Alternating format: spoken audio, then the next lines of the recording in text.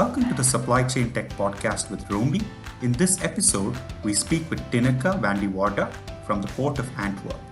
Tineke speaks with us about why port authorities need to rethink their role as multimodal logistics orchestrators today than just being involved in the shipping and receiving processes, and how they can win by harnessing the power of data. Tineke, welcome to the podcast. Such a pleasure having you here. It's very interesting for us to be speaking with somebody who is actually working for a port authority, the Port of Antwerp. With all the stuff that's happening around the world with the shortages of cargo in air, in container liners, and the whole multimodal distribution that's getting more and more complex. I think it's going to be very interesting speaking to you and learning from your experience, Tineke. So let me begin with, let's probably understand a little bit about you, Tineke. So can you tell us a little bit about your career? What got you into the Port of Antwerp in the role that you're playing and some of the projects that you're possibly involved in? Okay, perfect. Thanks. Looking forward to this conversation as well. So yes, I'm Tineke Van de Voorde, and I work since 4 years for the Port of Antwerp, of which 2 years as account manager for shippers and forwarders. Previously, I worked within the Port of Antwerp Authority as trade facilitation coordinator, and I even have a background in steel trading and forwarding. So actually, the people that we are representing as a port authority, I used to be one of them myself. So that's already a good start, I believe. So maybe interesting to say, yes, I work now 4 years for the Port of Antwerp Authority. And basically, we are an authority. So we operate the Port of Antwerp, but we are not operating the private companies, but we are really supporting them. And for Port of Antwerp, it hasn't been that long that we have a customer relations department. That's actually the department where I'm working for. And it's split it up in different teams with their specific focuses and their specific clients. And so, for instance, you have shipping lines, who does the discussion with the carriers and the shipping lines, of course. Mobility, who is more focusing on the hinterland connections. The concessions, which we take rent from the private stakeholders who are inside the Port of Antwerp area. And actually, shipping lines and concessions that are actually the customers that really gain income for the Port of Antwerp Authority. But I work for the shippers and forwarders. We don't send invoices to shippers and forwarders because they work with the private operators inside the port. But still, they are very, very important for us because at a certain point, they are going to decide which port in Europe they want to use and they want to make use of. So it's very important to also have a relationship with them so we know what their needs are, because it's actually these clients, these shippers and forwarders, who we also represent in making decisions. It is actually really those customers we represent, which are very important for the Port of Antwerp, because it's important that we translate their voice to make sure that the port platform could be even made more better for them as well. And there we don't only look at the Port of Antwerp solely, but really look into the whole supply chain. Excellent, Tineke. So I think we're kind of on the same boat because Romy is also working with a lot of the customers who use 3PLs, who use the ports, who use the airports to move their cargo. What you guys are actually doing is you're trying to enhance their experience in the entire shipping process, and we're kind of doing the same with enabling them with technology. So I'm really able to relate to what you're talking about in terms of how you're trying to improve the customer's experience, although you're not necessarily collecting paychecks from them. So with that said, Tineke, I kind of want to understand a little bit about how you really are explaining to your customers that they need to use the Port of Antwerp versus some other port in that region, it's probably going to be involving quite a bit of convincing. But by hearing you out, we would be able to understand what are those salient features that are differentiators for customers when it comes to choosing a port. Well, of course, there are many general positive things that we can say about our port, but more specifically, we go into depth in specific sectors. So for life science and healthcare, there are other needs than you perhaps have for the automotive industry. So therefore, we have a whole bunch of yes, USPs to say what we can use for the sectors and could be good. Now, a very important thing that we always say, and it's very important, we are actually the gateway into Europe, into or outside Europe, because we are actually at the center of Europe. Also a bit in the inland. So we are a seaport, but we are not connected. We are not at the coastline, but really inside. And this could gain a lot of important kilometers. Sustainability is a high topic for a lot of shippers and forwarders nowadays. And you actually can skip a whole lot of kilometers when going inside Europe. And we can offer that as a maritime port, a maritime seaport. Also, very important once you are inside the port for import coming cargo, it's also important to make sure that your goods can go out smoothly outside the port. Also, once again, sustainability, a very important subject. We have very good hinterland connections. So we are not only good connected by road, but we could also offer, or we have a lot of operators who offer barge transportation and rail transportation. So it's not only about 100-kilometer inside Europe. No, it's for the whole of Europe and even a bit beyond. Because even we have cargoes coming in that are supposed to go to Russia, for instance. Or we have a lot of cargo nowadays that go directly, they come into Port of Antwerp and they go directly on the train to Italy because we have a daily service to Italy. These are one of the few examples that we use for making sure to make the shippers and forwarders make the right decision in choosing their ports. This is very interesting because I think the concept of the port has evolved enormously over the years from just a terminal, which is working with unloading unloading and loading the cargo from the ships to actually a large logistics operation. So the example that you talked about, which is the container coming in and being shipped to Russia or being shipped to Italy, this is a huge multimodal endeavor because there are multiple touch points, right? So you got the ship coming in, you got the unloading that's got to happen flawlessly. Then the container needs to be moved either in its existing form or after deconsolidation to its various consignees who are at different countries like Italy and Russia. Very interestingly, we are also working with the same kind of problems where customers are asking us how they would be able to get control over various legs in that intermodal or multimodal journey. Can you tell us a little bit about your experience in being able to provide that control and confidence to your customers, Tineke?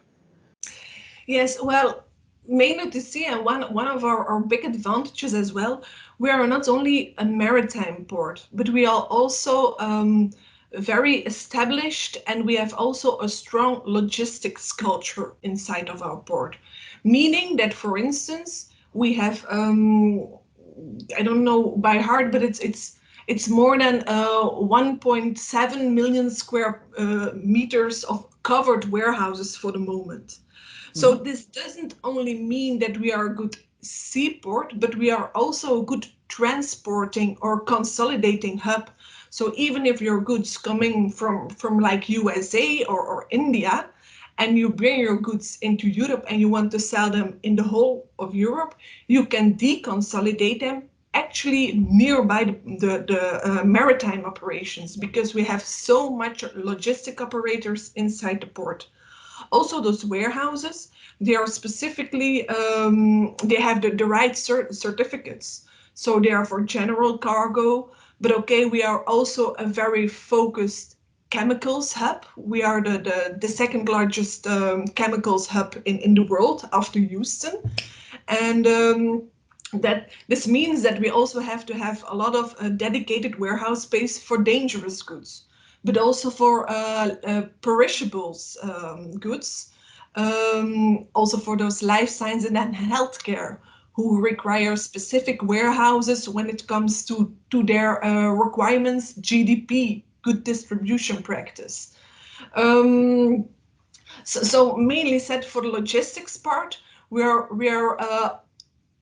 oftenly selling ourselves as a worldwide hub, a consolidating hub. So it's not only important when you want to have established a good consolidation point for bringing your goods into Europe, but also worldwide.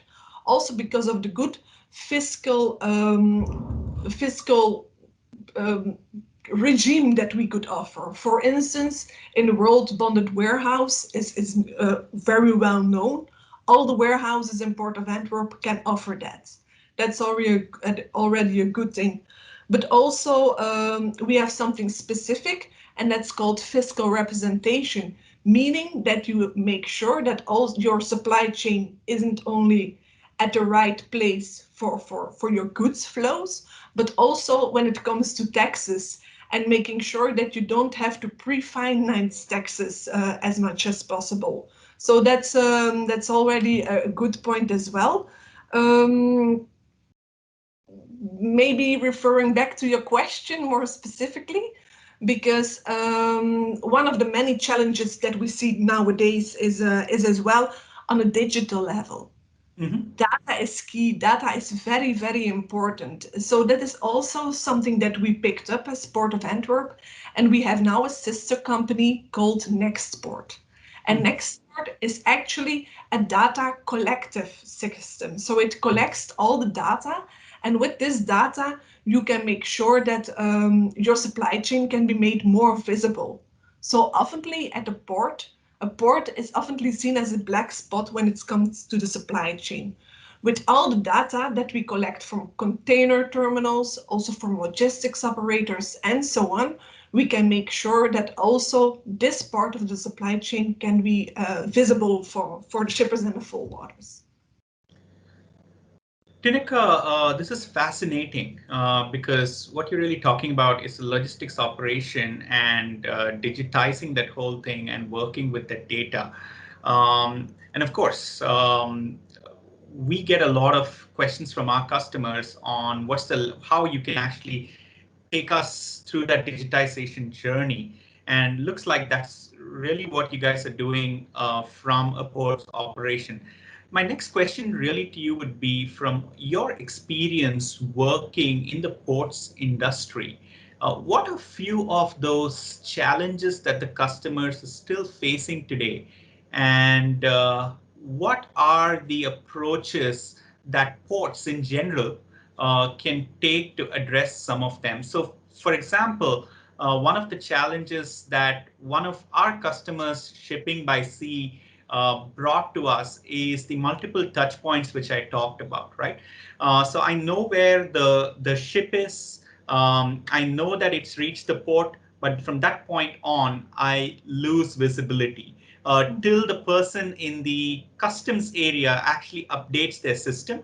However, I still don't know what's happening to the physical side of my supply chain. And this is just one of many challenges that people who are shipping by ocean are facing. But I wanted to pick your brain on what more challenges they have and what ports can really do by embracing digitization and some of the technologies that are in the forefront that could be fixing some of these problems. Okay, yes. because these are a few questions, and let me come Yeah. back to those challenges first. What I Hmm. see oftenly, or what I hear with about talking with the shippers and the forwarders, is a port area, or let's bring it to the supply chain again. A supply chain is as strong as its weakest link. And weak links are Yeah. oftenly where responsibilities or operators have to cooperate with one another. So they Mm. have to hand over the goods. They all have their own responsibilities. They see it a bit on their own island.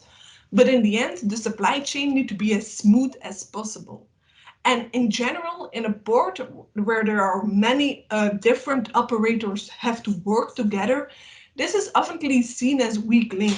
But we as Port of Antwerp really want to pick this up first by improving it, making data available so that the shipper, the forwarder can follow it up on a digital way, but also bringing all those different parties together. So all those different stakeholders, we bring them around one table.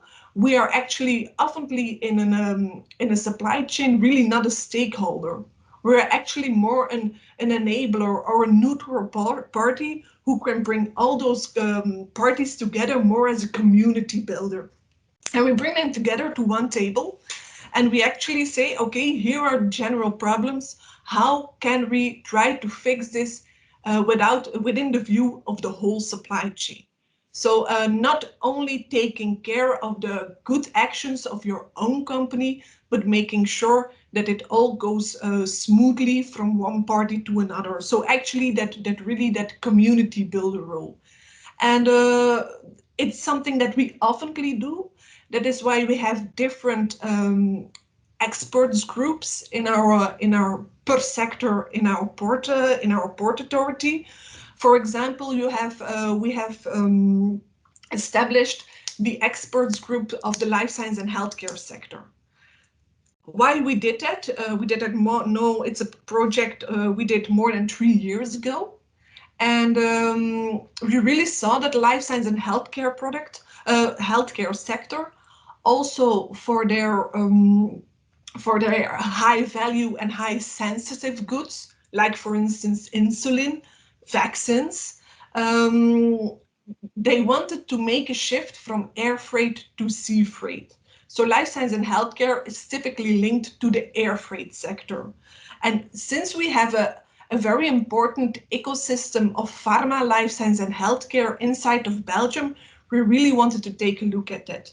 And so first thing that we did is put together all the stakeholders in the maritime supply chain. So you have the terminal operators, often the container terminal operators, the warehouses, the forwarders, the shipping lines, of course, and of course the shippers themselves, the manufacturers. We brought them together to one table and we said, okay, we see that you want to make a shift to the sea freight, how we can enable this, how we can make this work for you. And, um, and actually we detected that a very important quality label for the life science and healthcare sector is GDP, good distribution practice. But this is something that was not familiar for the shipping lines or for the terminal operators. So you have the general protocols in Europe about GDP. Certain products have to be sent GDP regulated, but Yeah. they're really general. And we made sure putting all those different stakeholders together, making sure to talk about their supply chain, to talk about their specific operations, that we have now guidelines available specifically for the reefer business, for the maritime reefer business. So it actually means that we put together companies who didn't know anything about the life science sector, and we now made them understand the language of the life science and healthcare sector with translating those guidelines into the good distribution practice.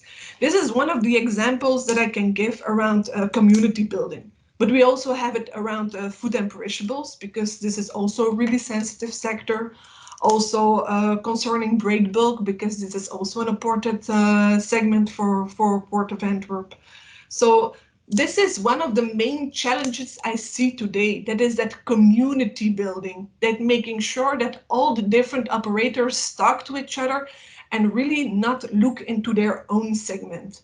And we as Port of Antwerp could be a really good, and it's proven already that we could really be a good enabler in this. Wow, this is a lot more than just receiving and sending cargo. You guys are actually helping orchestrate the entire logistics and supply chain of the region. That's phenomenal.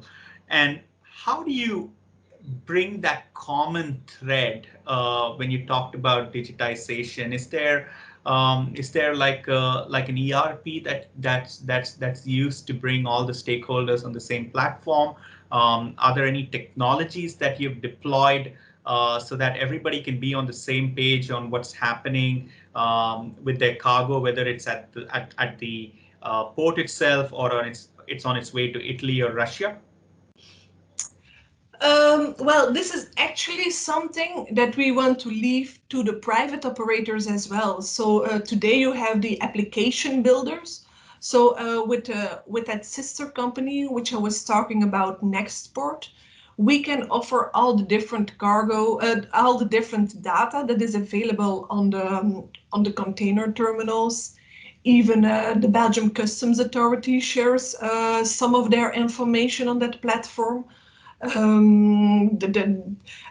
Also forwarders can connect to that platform, but really what we do is we sell the data, and it's upon the private operators and the application builders to make good applications with the data available. This is very interesting because nowadays there are many different standards. Companies use their own programs, and it's important that they don't interfere with each other, but they really can talk to each other. And that's why we only offer the data and not really the solutions for the moment. We leave it up to the forwarders or even the shippers, the big shippers that want to make sure that the data could be collected into their own system. There is something very interesting that I came across on the air cargo side, which is called Cargo IQ, which is a similar platform that is initiated by the International Air Transport Association, IATA. And that's kind of the same model where all the entities can upload their data streams onto this platform. And then you got this a single visibility thread that everybody can feed off and make the right decisions.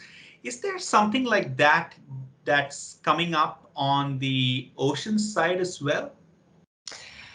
Well, actually, for the moment, there are a lot of, let us say it, private initiatives or more really port-focused initiatives. But we think we have to see it broader than this. Because I was telling you about Nextport, the data sharing platform, and we see Port of Antwerp there, let us say, as a test garden. Keep it small, keep it simple first. But we also have a second identity called Nextport International, because we see, okay, those forwarders, they don't, or those big shippers, they don't work solely with the Port of Antwerp, but they see that we have good solutions and they would like to implement it into other ports as well. And that's why we have Nextport International now, to have our good way of practicing and making sure that data is available, that it will also become available worldwide by working with the good experience that we're having today in Port of Antwerp. Also a bit referring to your to the air freight. Um, so Port of Antwerp is about a 1 hour drive per truck away from Brussels Airlines, the airport. Also there they have a sort of same platform of data, but we make sure that we cooperate there together to make sure that also those datas could match together, because we understand, of course, when talking about the supply chain and not only looking at Port of Antwerp, Sometimes the cargo comes from an airplane and goes away by sea or vice versa. So we make sure that we have some kind of a platform that can communicate to a lot of different systems. And that we are trying to implement now on an international level, also into other ports as well. For instance, Port of Antwerp a few years ago, we were asked by the Port Authority of Cotonou in Africa to take over the port operations. So also there we see, okay, we can translate our good practices, our test garden we had in the Port of Antwerp here, we can translate it into another port. And we see also with other ports worldwide that they are interested in our systems and see how they could use it into their ports and their supply chain to keep it broader. Tineke, shifting gears, I want to talk about the life sciences example that you gave me. The COVID-19 vaccines are being shipped around the globe. And when you talk about vaccine shipment, it's always air cargo that comes into reference. Can you tell me a little bit about how the ports could add value to the distribution of COVID-19 vaccines, both in the short and the long run? Mm-hmm. So, yes, I do believe the COVID-19 vaccine as we have it today and the volumes that are only available nowadays, it is better to ship it by air freight because it's so urgent that it's even hard to keep up the production, and it would be hard to stuff a whole container with vaccines before it can be shipped out. So I believe in the first year still air freight could be the best solution.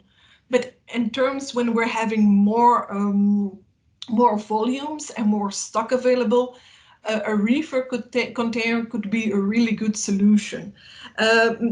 Maybe not to the developed countries, but especially to those underdeveloped countries.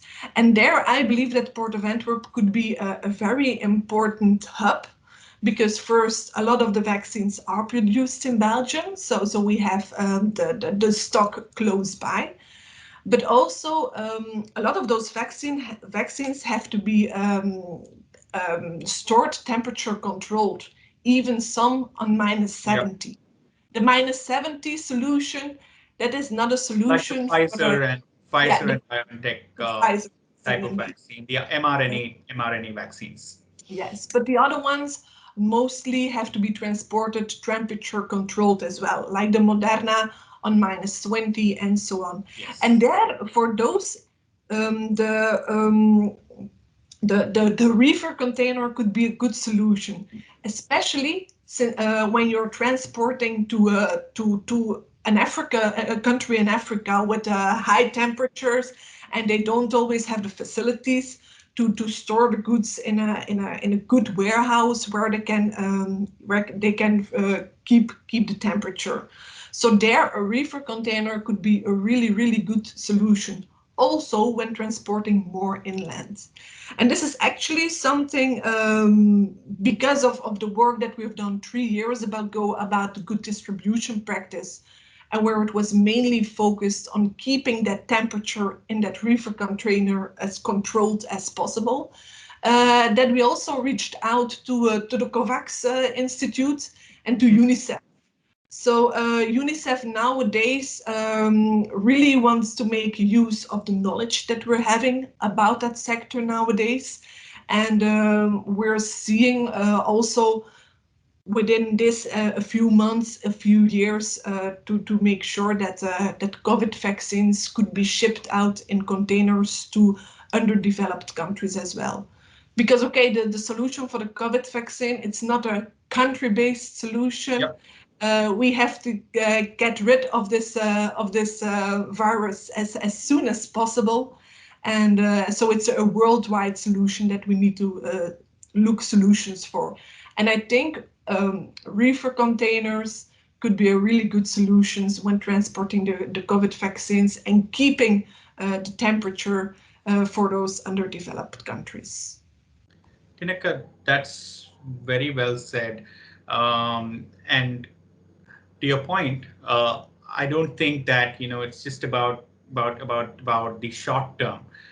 The virus is not really going to go anywhere. It's a constant battle that the pharmaceutical companies are fighting with it, and at some point, there is going to be large volumes of vaccines that are going to be distributed month on month on month on month, and with what you said, I think this is a great opportunity for us to not just empower the developing world or many parts of sub-Saharan Africa, but it's also an opportunity to bring down the cost of the vaccine and improve affordability, right? If you don't need to spend so much money and move it through air and include all of those touch points and risks in your chain of custody, and you got this one container, which is an active cooling solution, which is going to keep the vaccines in good shape.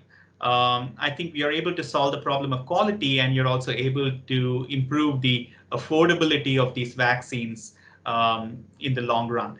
With that, Tineke, as we come on the dot to wind up our conversation, I'd like to hear some closing comments from you. What would you like to share with ocean shippers? Do you have any tips that you would like to give them when they are considering building a supply chain that involves ocean movement plus land movement, especially multimodal? Yes, well, maybe a bit thinking on how we could help them the best. First, it's important to say what we do as a port authority. I think it's quite unique in the world, really giving that customer service also to shippers and forwarders involved in the maritime business. So we often see that it's not their first thought to make contact to a port authority when having certain issues, certain problems. So I would say there, Port of Antwerp could be a really good solution to you, or to the shippers and forwarders to reach out to us.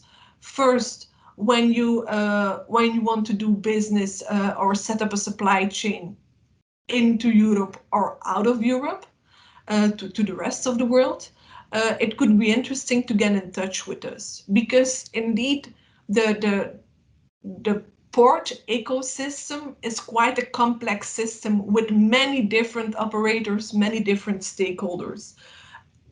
Within the Port of Antwerp, we know those stakeholders, and so we could put you in contact with the right people. Knowing your supply chain a bit, we know which operators could give you the best solutions. So first, we could be a good contact over there. But also, when just investigating your supply chains, for instance, transporting meat has really a lot of regulations, and it differs from country to country, from continent to continent.